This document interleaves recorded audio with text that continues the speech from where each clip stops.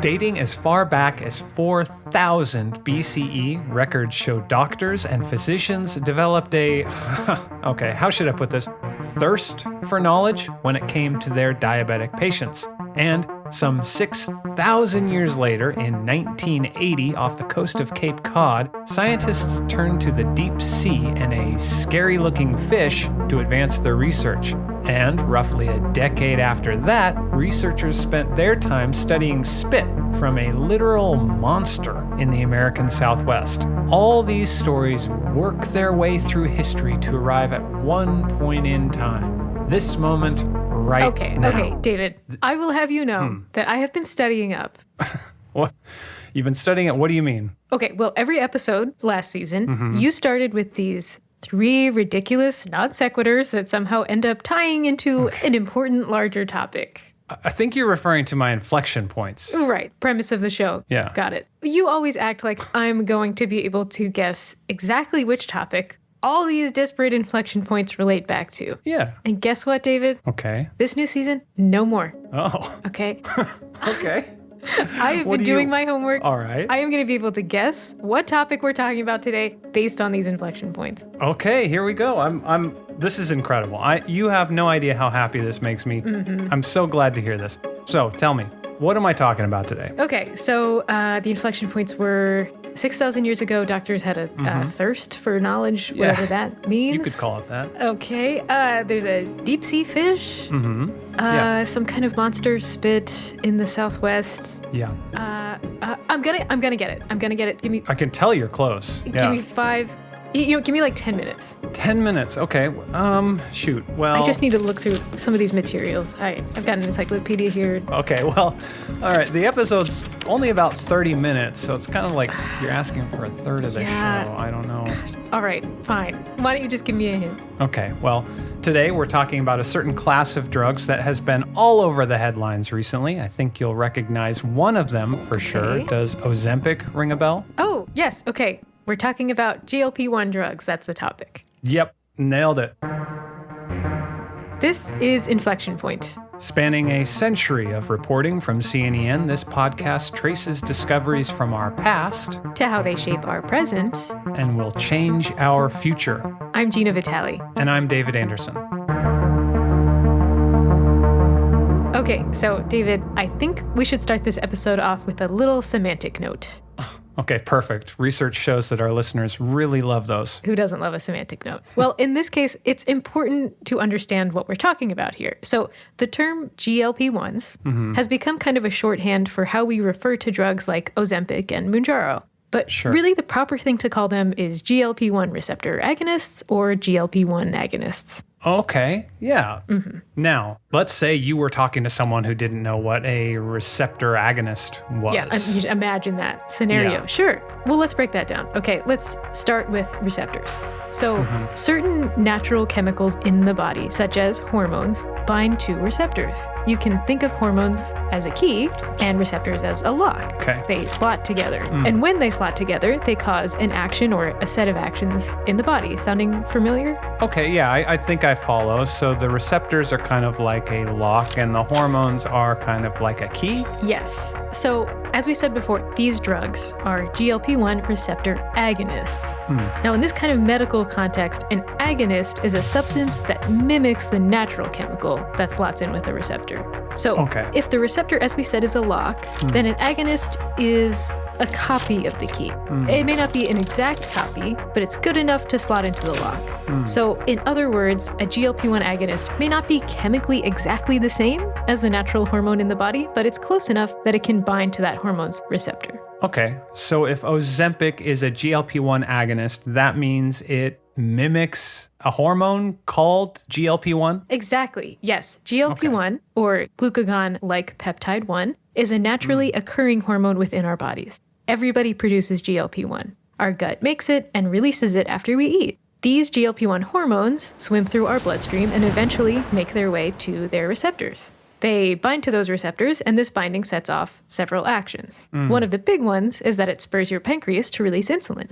Okay, all right. So GLP-1 agonist drugs mimic that natural GLP-1 hormone closely enough to set off the same action. In this case, getting the body to release insulin. That's right. Okay. If someone has diabetes, it means their body doesn't properly produce or respond to insulin. GLP-1 agonist drugs can help them produce more. Okay. And we should note all the GLP-1 drugs for diabetes have been approved for type 2 diabetes specifically.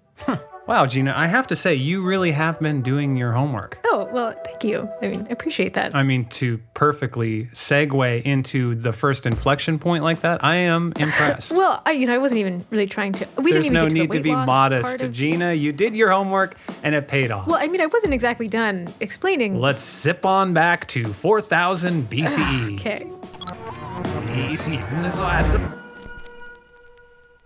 Gina, so before we dive into this historical anecdote, I'd like to reflect. Okay. Okay, I think you would agree that science, evolves. Yeah, of course. Right. Science evolves. You would agree. Yeah. That the knowledge that the human race has built up over millennia has been hard fought, and Sure. there were many missteps and curious detours along the way. Of course, yes. Sure, some scientists Right. did things back in the day that may seem primitive or even ignorant now, but Sure. David, I'm kind of eager to get to the point here. How does this have to do with GLP-1s? What are we talking about? Well, I just want us to kind of agree that we shouldn't look back with judgmental eyes, okay? Yeah, We should be open-minded. I'm sure scientists of old, had their reasons for their techniques. Your words. Well, in any case, these doctors in 4000 BCE were drinking pee. They were what? Yeah, well, I mean, like you said, whatever they were doing was A-okay with you. I can't remember exactly how you phrased it. I did but not say that. something along those lines. David, this is beyond. Okay, this is disgusting. You're telling this me. better have a strong connection to GLP-1s or I'm leaving this podcast. Okay, all right. Not so fast. I promise. This is The legit. door is right there. Stick with me here. Okay. This practice of studying, and yes, sometimes this even included sometimes tasting a patient's pee, had a name, uroscopy. Okay, that's a fitting name, I guess. This pee studying is positively ancient. Inspection of urine has been recorded in clay tablets from Sumerian and Babylonian times around the year, of course, 4000 BCE. Okay, so that's where the inflection point comes from. But they did a lot of strange things 6,000 years ago. And Sure. by the way, I still don't really get how this ties back into GLP-1s. Well, like you were saying, GLP-1 drugs were first approved to treat diabetes. But before we could treat diabetes, we had to discover diabetes. And that's why doctors were out there, Okay. drinking all this gross stuff. I think I'm missing something here. Okay, well, we'll do a little etymology lesson here. Another thing our listeners, I'm sure, love. Of course. The word diabetes was first recorded in the 2nd century by a Greek physician, Arrhenius of Cappadocia. In ancient Greek, diabetes means siphon or to pass through. This refers to diabetics' frequent need to urinate. Okay, but there's more than one condition that causes frequent urination. Right. Well, one thing that makes diabetes stand out from other diseases where that frequent urination is a symptom is that diabetics' urine is almost always high in sugar. This sweet urine was recorded the world over by ancient people, Greeks, Chinese, Egyptians, Indians, and Persians. In India, it was called madhumia, or honey urine disease. Ugh. So in some places, we're already starting to kind of narrow it down to people that urinated frequently and with a high sugar content. Gross. In 1675, English physician Thomas Willis added the word mellitus to the end of the Greek word diabetes, again to refer to the type of diabetes that made your blood and urine sugary. Mellitus is Latin for honeyed or sweet. Okay, but why bother to specify? Is there another kind of diabetes? Yeah, I mean, sort of. There's something called diabetes insipidus, which isn't really connected to what most people think of as diabetes nowadays at all. Oh, okay. It's an uncommon disorder that affects how the kidneys process fluid. In simple terms, it basically means that anything you drink just doesn't stay in your body very long. You're always thirsty, always drinking, always peeing, and dehydrated the whole time. Oh, okay. That makes sense. So both diseases have to do with needing to pee all the time, hence the Greek word for siphon or pass through. But Right. other than that, they're not connected. And when we talk about diabetes today, including in this episode, we're almost always talking about diabetes mellitus. Right. So diabetes mellitus has to do with peeing a lot, and it's sugary. I'm afraid to ask, what does the insipidus of diabetes insipidus mean? Well, so we know that mellitus in Latin means honeyed or sweet. Insipidus in Latin means tasteless. Ugh, David, that is really disgusting. I am upset that you've put me through this inflection point. However, some of this actually makes sense. Really? I mean, I thought it was disgusting. The drinking pee? Okay, no, that does not make sense. Gina. And you know that's not what I meant. That stuff is kind of eccentric. But given what we now know about diabetes, it's not surprising that there's extra sugar in the urine of a diabetic person. As I mentioned before, if someone has diabetes, their body doesn't properly produce or respond to insulin, right? Right. What I didn't get to before you interrupted me with this pee story is that insulin helps regulate your blood sugar, which is also called blood glucose. So let's say you eat a big meal, lots of carbohydrates. Awesome. Okay. Yeah, I'm picturing it. I think pizza. Well, it doesn't matter what the meal is, but sure. Like a cheese pizza Yes, with pepperoni. that would work. Doesn't have to be fancy. Anyway, your body breaks those carbohydrates down into glucose. So glucose gives you energy. Insulin makes sure that the glucose gets where it needs to go. It can give you energy right away, or it can be stored away for when you need it later. Okay, so the insulin helps manage glucose in your blood. Right. So for people with diabetes, insulin is not able to do its job. Their blood sugar gets really high. That glucose doesn't get redirected to where it needs to go. So the kidneys, they're going wild trying to filter out all the sugar. They're trying their hardest, but they can only do so much. Right, yeah. I mean, they're only human. No one's perfect. Well, so. they're not human, they're kidneys, but sure. Oh, yeah. Sorry, I zoned out for a second. I was thinking of that pizza. Yeah, no, I knew. Anyway, the kidneys can only filter out so much, so extra sugar ends up getting into the pee. And voila, you get sweet urine. And in the many years since all this pee stuff, scientists started to uncover the molecular mechanisms behind diabetes. Right. So in 1921, they actually isolated insulin from the pancreas of a dog. Then in 1922, they treated a diabetic person with insulin for the very first time. Yeah. That kind of kicked off this whole concept of treating people with diabetes with insulin. Which was huge, because before that, diabetes was typically fatal. So I guess you could say that, many people owe their lives to some scientists back in the day who had a palate for pee. I don't know if I would say it like that, but insulin did save a lot of lives. But we still didn't know exactly how it was produced. We knew it came from the pancreas, but we didn't have a great sense of the molecular mechanisms inside the body that led to it being produced. And interestingly, scientists started to realize that when people ingested glucose, their insulin levels went up more than people who got glucose intravenously, which suggested that there must be some kind of hormone in the gut that helps the body regulate its level of insulin. Okay, well, wouldn't that be GLP-1? Yes, exactly. But they didn't find GLP-1 for a long time. In fact, scientists didn't actually discover GLP-1 until... Well, 1980 was when things really started getting interesting. Well, yeah. How did you know that? This is where the anglerfish comes in. Oh, okay. No. So I think you're confused. So we're still talking about GLP-1 right now. Yeah, okay. Gina, how many times have you doubted me? A lot. And I've come through in a pinch. Have you ever come through in a pinch? I'm going to come through in a pinch this time.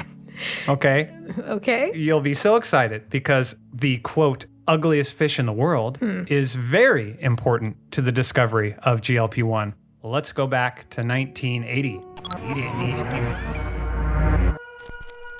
Okay, Gina.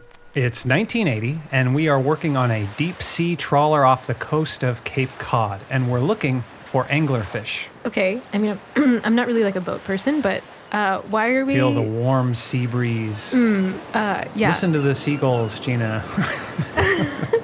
I'm going to have to get a Dramamine. But why are we doing this? Well, in this story, we are deep-sea fisherfolk. Okay. And we're out catching some fish for some scientists at Massachusetts General Hospital. They have a unique problem. Okay. And I assume you're going to tell me about this problem? You bet I am. A scientist named Joel Habner wanted to understand more about how we make a hormone called glucagon. I know about that hormone, actually. Glucagon, like insulin, helps regulate blood sugar, but it actually works sort of the opposite of insulin. Okay. Insulin helps our blood sugar go down. Glucagon helps it go up. Right. So this scientist wanted to understand how glucagon gets made. Particularly, he wanted to make a bunch of copies of the gene that's responsible for making glucagon. Okay, and how do anglerfish come into this? Okay, I'm getting there. So in order to clone this gene, Habner and co. are hoping to use recombinant DNA technology. Basically, they're going to take a bunch of mRNA from an animal, reverse engineer that into DNA, then splice that DNA into bacteria. Okay, let me get this straight. They're going to take genetic material, make a bunch of copies of it, and use that to understand the genetic instructions for making glucagon. Bingo. Yes, exactly. Okay. And to do this, they need a lot of mRNA. Habner and his squad wanted to take a bunch of this mRNA from rats, but there are a couple reasons why they ultimately didn't. The first is that the National Institutes of Health, the people that were funding this whole operation, said, enough with this kind of testing on mammals. They said, we're not supporting this kind of recombinant DNA research that tests on animals that are furry and cute. Okay, so we're out here looking for some fish and not something cute, like a rat. Okay, yeah, sure. First off, some rats are cute, all right? And anyway, compared to the anglerfish, rats are the cutest thing you've ever seen. Anglerfish are pretty gnarly looking. I mean, take a look at this thing. Oh, okay. Wow. Right? It's got this huge mouth filled with tons of tiny, long, sharp teeth. Yeah. It's got this scary grimace. It's frightening. It's got that weird, spike thing coming out of its forehead. That kind of looks like a fish from a nightmare, for sure. Okay, well, Gina, too far. Come on. Too far? We shouldn't be so hard on this fish. After all, it's actually quite amazing. Oh, okay. Well, I apologize to the fish community, but go on. Okay, so another pro of using anglerfish, besides sparing the lives of all these cute, fuzzy little rodents, is that scientists wanted to grab mRNA from a particular kind of cell called an islet cell. Now, in rats, these islets are sort of scattered throughout the pancreas. They're harder to isolate. But in anglerfish, the big, scary, ugly monsters, their islets are packed together. So it's much easier to isolate that precious mRNA. Okay, so now that they had anglerfish, I guess they were able to make all the DNA copies that they needed. So did they figure out how glucagon gets made? Well, it wouldn't be an inflection point if they didn't. Of course. They were able to clone the genetic material that contains the instructions for a precursor molecule to glucagon. You can think of the precursor as a big molecule that breaks up into smaller molecules, and one of those can be glucagon. But this precursor contains some other stuff too. Most notably, it contained another peptide, one that Habner and his team called glucagon-related peptide. Wow, okay. The name glucagon-related peptide sure sounds a lot like glucagon-like peptide 1, which is what GLP-1 stands for. Exactly. And it's no coincidence that glucagon-related peptide is very similar to what we think of as GLP-1. It's just a tiny bit different in mammals. And eventually, after folks were finally able to repeat this gene cloning experiment in rodents, they did find what we now call GLP-1. Interesting. So in trying to figure out how glucagon gets made, they also found GLP-1. Pretty cool, right? Yeah, that anglerfish story really paid off. Ah, well, I came through in a pinch, didn't I? You came through in a pinch, that's true. Okay, but I do have a question. Shoot. All us humans make the GLP-1 hormone, right? Correct, yes. So couldn't scientists just get in the lab and make an exact copy of that? We must have lots of it to use as like a reference. Actually, that's a really good question. And what that comes down to is basically GLP-1, the natural hormone, does not make for a very good drug. Huh, okay. But, it's like organic, all natural. Although I guess that makes sense. All natural deodorant stinks. Well, sure. Let me explain. So, It smells so bad. the natural GLP-1 hormone has actually a very short half-life. Half-life is, in this context, the amount of time it takes for the concentration of a drug in a person's blood plasma to go down by half. So it's basically a measure of how long a drug sticks around. Okay, got it. So for the natural GLP-1 hormone, it's just a really short amount of time? Really short, like a few minutes. Wow. Now, in the body, this isn't really an issue, but for a lot of drugs, a short half-life isn't ideal. You want the effects of the drug to last for a good amount of time in the body. Right. You don't want to be taking more of it really frequently to maintain the effect. It's just not practical. So they basically had to find a chemical that works on the same receptor as the GLP-1 hormone, but actually lasts longer than the natural hormone. Yes, exactly. Okay, how? How do we even go about that? Well, actually, a big way that people found new medicines back then, and still do today, is by looking in nature. They figure there may be some plant or animal or fungus that already creates a substance that could be useful to us. In fact, a lot of drugs we use today are derived from natural products. Penicillin, for instance, came from mold. Aspirin is derived from a compound in the bark of a willow tree. Okay, and of course, Ozempic comes from lizard spit. I'm sorry, what? Well, I mean, sort of. Technically, an earlier drug that's like Ozempic came from lizard spit, but still. You know what? Let's just head back to 1992.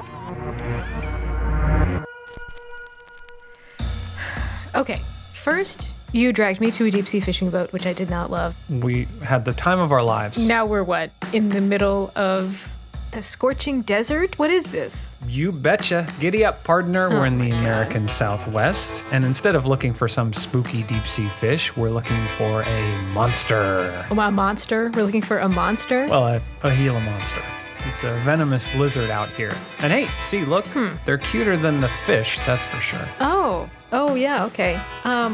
Well, you know, what isn't cuter than that fish? But sure, the Gila monster, has a charm to it. Yeah, it's kind of a regal look. Yeah. Anyway, this so-called monster goes a long time between meals. It spends most of its time goofing around in the desert, and its body has come up with a clever way to make its infrequent meals last. Okay, and how does it do that? Well, that's the thing. It kind of has its own version of the GLP-1 drugs we use today. In 1992, Dr. John Ng isolated a molecule called Xendin-4 in the Gila monster's saliva and elsewhere that slows down digestion and stabilizes blood sugar levels. Wow, that sounds a lot like the mechanism of drugs like Ozempic. Right? So in simple terms, this animal makes a compound that can also fit the GLP-1 receptor. It's kind of like a rough copy of that key example we talked about earlier. Right. This Gila monster molecule was synthesized and became the active ingredient in exenatide.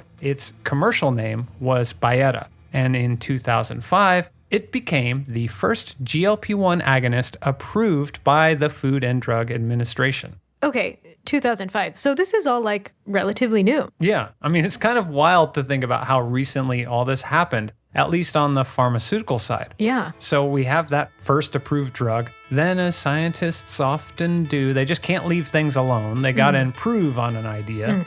Other GLP-1 drugs start to come along. Eventually, the company Novo Nordisk comes up with a compound called semaglutide. You might recognize it under the brand name Ozempic.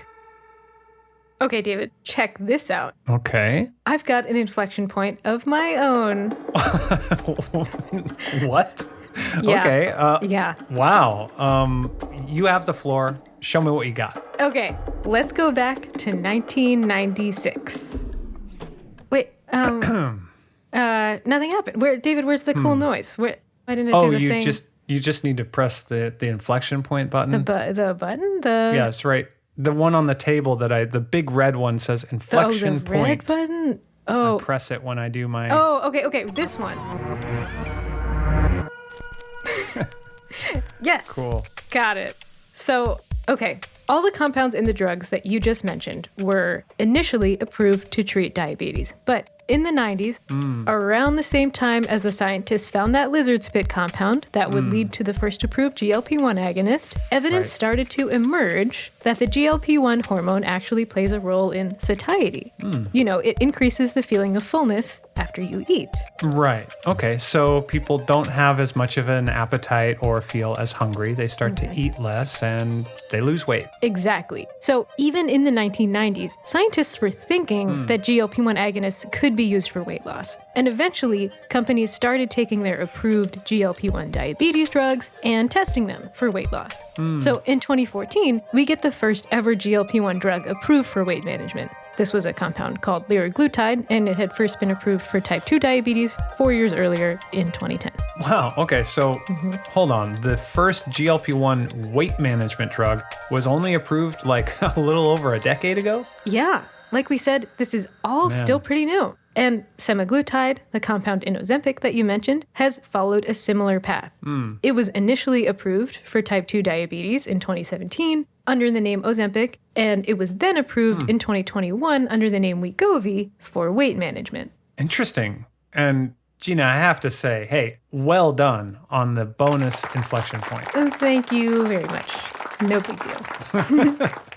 Well, back to the present. We're now seeing a number of celebrities and public figures that are taking these drugs. Right. And I kind of have to wonder, are there any side effects? Sure. The most common side effects are, maybe unsurprisingly, gastrointestinal.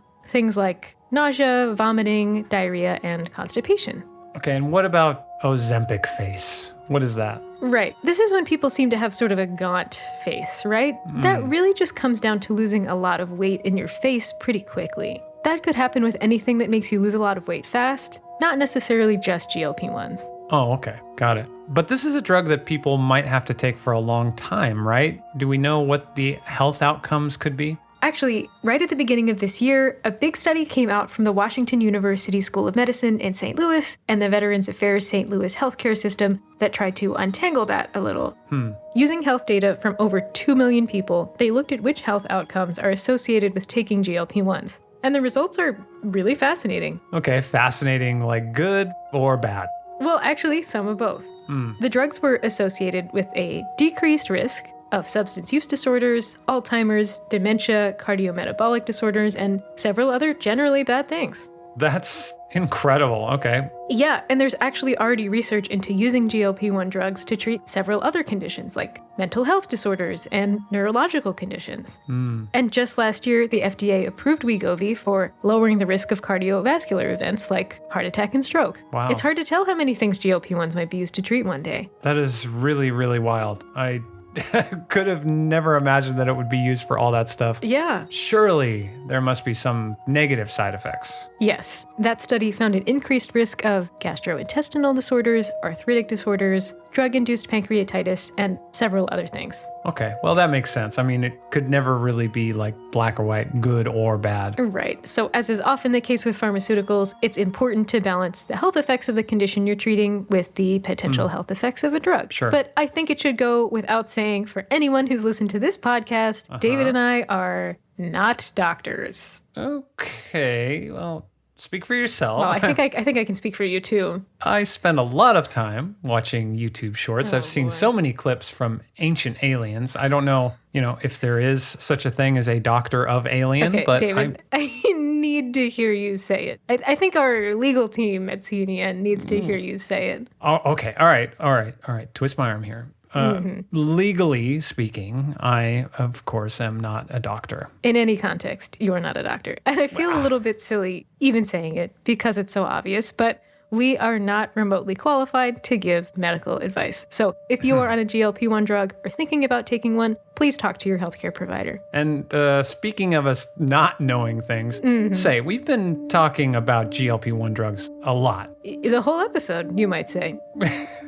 But what I don't know is what current GLP-1 drugs actually look like. I mean, I've heard about them as shots, right? But can you get them as pills? Actually, this is a really good question. The landscape around the mode of delivery for GLP-1s is seeing a lot of movement right now. To learn more about it, let's call in one of our pharma and biotech reporters, Aayushi Pratap. I'm a business reporter for C&EN. I cover contract manufacturing in the pharma industry. Before we get into it with Aayushi, let's clarify something. All the GLP-1 drugs we've been talking about so far, and in fact, all the ones that are currently approved, are types of molecules called peptides. Okay. Remind me again what peptides are? Sure. Peptides are short chains of amino acids. They're kind of like proteins, but smaller. Okay, got it. Still, as chemicals go, peptides are relatively big. They are a good deal bigger than a different class of compounds that we call small molecules. Okay, so peptides are kind of big and small molecules are, comes as no surprise, small. Why do we need to know this? Well, because there's a lot of interest in developing a small molecule GLP-1 drug. Oh, okay. But it seems like the versions that we have now work pretty well. Why go hunting for a small molecule version? Well, one big reason is that small molecules often make for good pills. Because they're small, you can pack a lot of them into a pill. And because of their size, they can also maneuver through your body pretty effectively. So that's kind of surprising to me because peptides, they're still microscopic. They're not huge. But you're telling me somehow they're still too big to fit into a pill. Well, no, they can fit in a pill. It's just more of a question of how much of them we can fit into a pill and how well they work in the body. Okay. Back to my original question. Is there a pill version of these drugs? Kind of. There is already a pill version of semaglutide, one of the peptide GLP-1 drugs we mentioned earlier. But as of this recording, it has not been approved for weight loss, only other conditions such as diabetes. And even if that peptide pill does get approved for weight loss, there's still a ton of interest in developing a small molecule pill, especially if you're a company looking to save some money. Peptides are expensive to make because they need a more established machinery to be produced. Small molecules, on the other hand, do not require as much, small molecules in a way are more tried and tested traditionally, right? Everyone knows how to make them, but peptides are a more specialized class, so you need to get it right. So if small molecules are cheaper and easier to make, companies could potentially produce them faster and charge less. Can you imagine the kind of demand that we have? We've run into shortages time and again. But if we had small molecules, can you imagine the access? So many people could access it, and it would be much cheaper than injecting yourself with peptides. Plus, I'm sure there are some people out there who don't love the idea of self-injections. Not me, of course. I'm not scared of shots at all. Actually, I welcome them. Really? When was the last time you got your flu shot? Okay, well, that's doctor-patient confidentiality. HIPAA's got you there, yeah. Rules are rules, what can I say? Okay, right. Okay, well, moving on. So companies want to make small molecule GLP-1 drugs. It seems like at least one GLP-1 drug was inspired by this discovery of the compound in the Gila monster. Are they looking towards nature for small molecules as well? Actually, for small molecules, they seem to be going about it a little bit differently. People are trying to build these molecules from scratch, and one of the reasons is that we now have a better idea of how the targets look, right? We understand the nature of these targets, we understand the shape, the dimensions, and so what structural chemists do is design a drug that's going to fit into some of the pockets of the known receptor. I have a thought. A thought, wow. Yeah, here we go. If scientists do successfully come up with this tiny molecule that works just as good as these big peptide GLP-1 drugs, do the old drugs, overnight just become obsolete? I think the market is so big that there's place for every kind of molecule. I think I'd reported that 1 in 5 people in the world are eligible to be on these drugs given their body weight or their diabetic condition, right? So the demand is huge. And for that reason, there's place for everyone in this market. And this doesn't even necessarily stop with GLP-1 drugs, right? The weight loss drug market is exploding. So it only makes sense that companies will start to look for new targets beyond the GLP-1 receptor. All in all, a lot of money is going into researching what could lead to more weight loss than the existing range of drugs. And, there are some companies that are trying to figure out if there could be drugs that help manage the side effects of the existing range of drugs, such as muscle loss, so on and so forth. Wow. Okay. So after all this, we might still just be at the very beginning of a huge boom for new weight loss drugs. Yeah, this is going to be a space to watch. Thank God we have Aayushi. Thanks for coming on, Aayushi. Thank you. Thank you, both of you.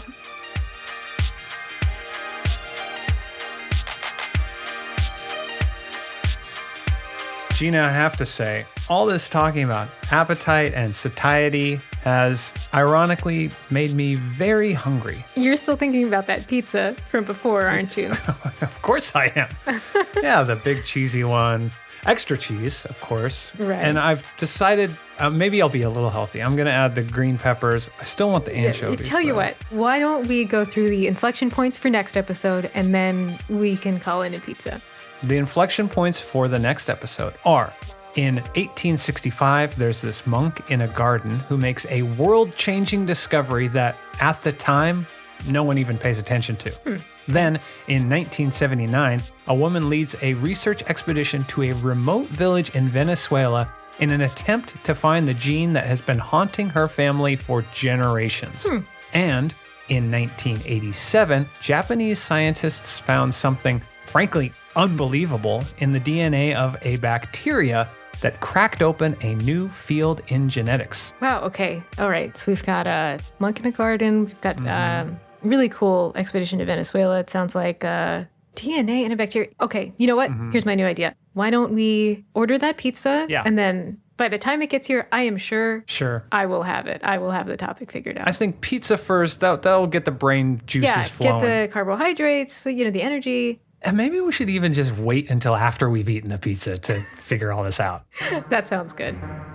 Inflection Point is a podcast project from Chemical and Engineering News. Chemical and Engineering News is the official news outlet of the American Chemical Society. Music by Kirk Onstad and Shutterstock. Additional audio production by Jeremy Barr. Written, produced, and hosted by David Anderson and Gina Vitale. Thanks for listening.